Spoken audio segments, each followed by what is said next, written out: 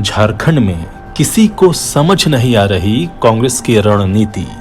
आखिर कभी नरम कभी गरम होकर क्या संदेश देना चाहती है पार्टी। नमस्कार, आजाद सिपाही के विशेष में आपका स्वागत है। मैं हूं राकेश सिंह। झारखंड विधानसभा के शीतकालीन सत्र की रणनीति तय करने के लिए सत्ताधारी यूपीए विधायकों की बैठक में कांग्रेस शामिल नहीं हुई और इसके साथ ही राज्य की राजनीति में नई हलचल पैदा हो गई है। लेकिन कांग्रेस के नेताओं ने इसका कोई गलत मतलब नहीं निकालने को कहा है और ऑल इज वेल की बात कह रहे हैं। लेकिन कांग्रेस के इन नेताओं को शायद अंदाजा नहीं है कि यूपीए विधायक दल की बैठक में शामिल नहीं होकर उन्होंने आम लोगों में क्या संदेश भेजा है। राजनीतिक हलकों में कांग्रेस के इस कदम का भले ही कुछ भी मतलब निकाला जा रहा हो, आम लोगों की समझ में नहीं आ रहा है कि आखिर कांग्रेस चाहती क्या है और उसकी राजनीति किस रास्ते जा रही है। राज्य सरकार पर पार्टी के प्रेशर पॉलिटिक्स का ये खेल कहीं कांग्रेस के लिए ही महंगा न पड़ जाए। पिछले कुछ दिनों के दौरान कांग्रेस के कई विधायक राज्य सरकार के कामकाज के प्रति असंतोष व्यक्त कर चुके हैं। झारखंड कांग्रेस के भीतर शुरू हुए इस नए खेल का सीधा असर सत्तारूढ़ महागठबंधन की सरकार की लोकप्रियता पर पड़ रहा है और उसकी छवि खराब हो रही है। कांग्रेस के इस नए खेल और उसके संभावित राजनीतिक परिणाम का विश्लेषण करती आजाद सिपाही के विशेष संवाददाता राहुल सिंह की खास रिपोर्ट। हिंदी फिल्म बाजीगर में शाहरुख खान का एक डायलॉग बहुत चर्चित है कि जीतने के लिए कभी कभी हारना भी पड़ता है और हार कर जीतने वाले को बाजीगर कहते हैं। यह डायलॉग भले ही किसी और संदर्भ में बोला गया हो, झारखंड की सत्ता में साझीदार कांग्रेस के कई विधायक आजकल इसी डायलॉग का इस्तेमाल अक्सर करते हैं। क्योंकि पार्टी राज्य की सत्ता में साझीदार है, इसलिए उसकी हर एक बात का सियासी मतलब भी निकाला जाता है। अब 16 दिसंबर की घटना को ही ले लिया जाए।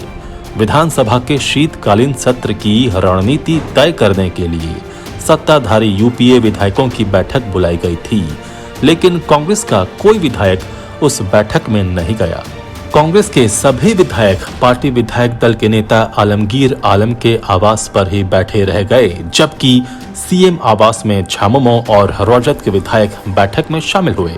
सत्ताधारी गठबंधन के दूसरे सबसे बड़े घटक के बैठक से गायब होने पर स्वाभाविक तौर पर खुसुर पुसुर शुरू हुई, तो कांग्रेस के नेताओं ने सफाई दी कि कांग्रेस विधायकों की बैठक देर तक चलने के कारण ही यूपीए विधायक दल की बैठक में वे शामिल नहीं हो सके। दूसरी तरफ पार्टी के कुछ विधायकों ने साफ तौर पर कहा कि उन्हें यूपीए विधायक दल की बैठक में नहीं जाना था, क्योंकि ऐसी किसी भी बैठक में जाने का क्या लाभ है।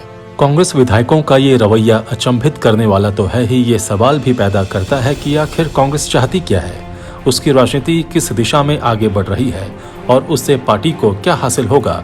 इन सवालों का जवाब तलाशने के लिए 2 साल पहले दिसंबर 2019 में जाना होगा, जब कांग्रेस ने झारखंड विधानसभा चुनाव में अब तक का सर्वश्रेष्ठ प्रदर्शन करते हुए 16 सीटें जीती थीं। कांग्रेस ने झामुमो और राजद के साथ गठबंधन कर ये सफलता हासिल की थी। तब कहा जाने लगा था कि पार्टी अपने सुनहरे दिन की ओर लौट रही है। उस जीत ने लोकसभा चुनाव में पार्टी के खराब प्रदर्शन के दर्द को भुला दिया था। विधानसभा चुनाव में 31 सीटों पर चुनाव लड़कर 16 सीटें जीतकर कांग्रेस ने न केवल गठबंधन के दूसरे सबसे बड़े सहयोगी का स्थान बरकरार रखा था, बल्कि सरकार में लगभग बराबर की साझीदार भी बनी। लगातार 2 आम चुनावों में शर्मनाक पराजय झेलने के बाद कांग्रेस के लिए झारखंड का ये प्रदर्शन संजीवनी के समान था। वो सत्ता में साझीदार बनी और यूपीए की सरकार चल निकली। लेकिन महज 6 महीने बाद ही कांग्रेस का अंदरूनी कलह सामने आ गया। कांग्रेसियों की अति महत्वाकांक्षा से पार्टी की तो किरकिरी हुई ही, सरकार का इमेज भी खराब होता रहा। पार्टी के कई विधायक केवल इसलिए नाराज हो गए कि उनकी बात प्रशासन में सुनी नहीं जाती है। सरकार में रहते हुए उन्हें एक थानेदार तक भाव नहीं देता, कोई ट्रांसफर पोस्टिंग में पैरवी नहीं सुने जाने की शिकायत करता है, तो किसी को ये बात नागवार गुजरती है कि बीडीओ का ड्राइवर उनके यहाँ दिवाली की मिठाई क्यों पहुँचाता है। कई दूसरे विधायक भी सरकार के कामकाज से संतुष्ट नहीं दिखते। वे बार बार सार्वजनिक रूप से अपनी नाराजगी व्यक्त करते हैं। कांग्रेस विधायकों का ये रवैया लोगों के मन में ये सवाल पैदा करता है कि आखिर पार्टी की रणनीति क्या है। क्या कांग्रेस इस साझेदारी से खुश और संतुष्ट नहीं है? कांग्रेस के पुराने लोगों का कहना है कि सरकार का कामकाज समन्वित ढंग से चल रहा है और पार्टी हर कदम पर अपने सहयोगी झामुमों के साथ है। लेकिन तब यहाँ सवाल उठता है कि आखिर कांग्रेस विधायकों ने ये रुख क्यों अपनाया हुआ है? कांग्रेस को ये समझना चाहिए कि झारखंड में उसकी वास्तविक स्थिति क्या है और अपने दम पर वो कितनी दूर चल सकती है।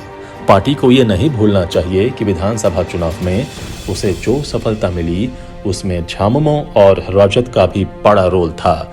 यदि वो अकेले मैदान में उतरती तो शायद उसका तहाई में पहुंचना भी मुश्किल हो जाता। जहां तक कांग्रेसी विधायकों की बात नहीं सुने जाने की शिकायत का सवाल है, तो मुख्यमंत्री का पद संभालने से पहले ही हेमंत सोरेन ने कांग्रेस और राजद नेताओं से साफ कह दिया था कि वो किसी दबाव में फैसला नहीं करेंगे। यही कारण है कि कांग्रेस विधायकों की महत्वाकांक्षा पूरी नहीं हो पा रही है। ट्रांसफर पोस्टिंग से लेकर ठेका पट्टा तक में कोई पैरवी नहीं सुनी जा रही है। लेकिन साथ ही एक और बात साफ हो गई है कि झारखंड कांग्रेस में अब ना तो अनुशासन की कोई जगह बची है और ना ही किसी को संगठन की मजबूती से मतलब है। पार्टी की जमीनी स्थिति ये है कि जिन नेताओं और कार्यकर्ताओं ने विधानसभा चुनाव में अपना सब कुछ झोंक दिया और पार्टी की जीत के लिए दिन रात एक कर दिया, अब उनकी ही पार्टी के मंत्रियों और नेताओं की ओर से अनदेखी की बात सामने आ रही है। यही कारण है कि विधायक भी नाराज हैं। उन्हें तो ये भी समझ में नहीं आ रहा है कि वे क्या करें और किधर जाएं। कांग्रेस के भीतर की स्थिति झारखंड के राजनीतिक भविष्य के लिए भी खतरनाक है, क्योंकि ये पार्टी सरकार में साझेदार है। ये भी सही है कि कांग्रेस के कुछ मंत्रियों की भूमिका संतोषजनक नहीं है। उन्हें सिर्फ अपना चेहरा चमकाने भर से मतलब है। जब कोई कार्यकर्ता उनके पास जाता है तो उनसे कहा जाता है कि उनकी नहीं सुनी जा रही, जबकि उनके सभी काम हो रहे हैं। ऐसे में झारखंड कांग्रेस को एक ऐसे ओवरवेलिंग की जरूरत है। झारखंड में पार्टी के कई ऐसे विधायक हैं जो पहली बार विधायक बने हैं। उनके भीतर काम करने का जज्बा है और पार्टी को उन्हें आगे बढ़ाने के लिए हर संभव कदम उठाना चाहिए। आजाद सिपाही के विशेष में अभी इतना ही। आप हमारे इस YouTube चैनल को जरूर सब्सक्राइब करें। आप हमारे Facebook पेज को भी जरूर फॉलो करें। धन्यवाद।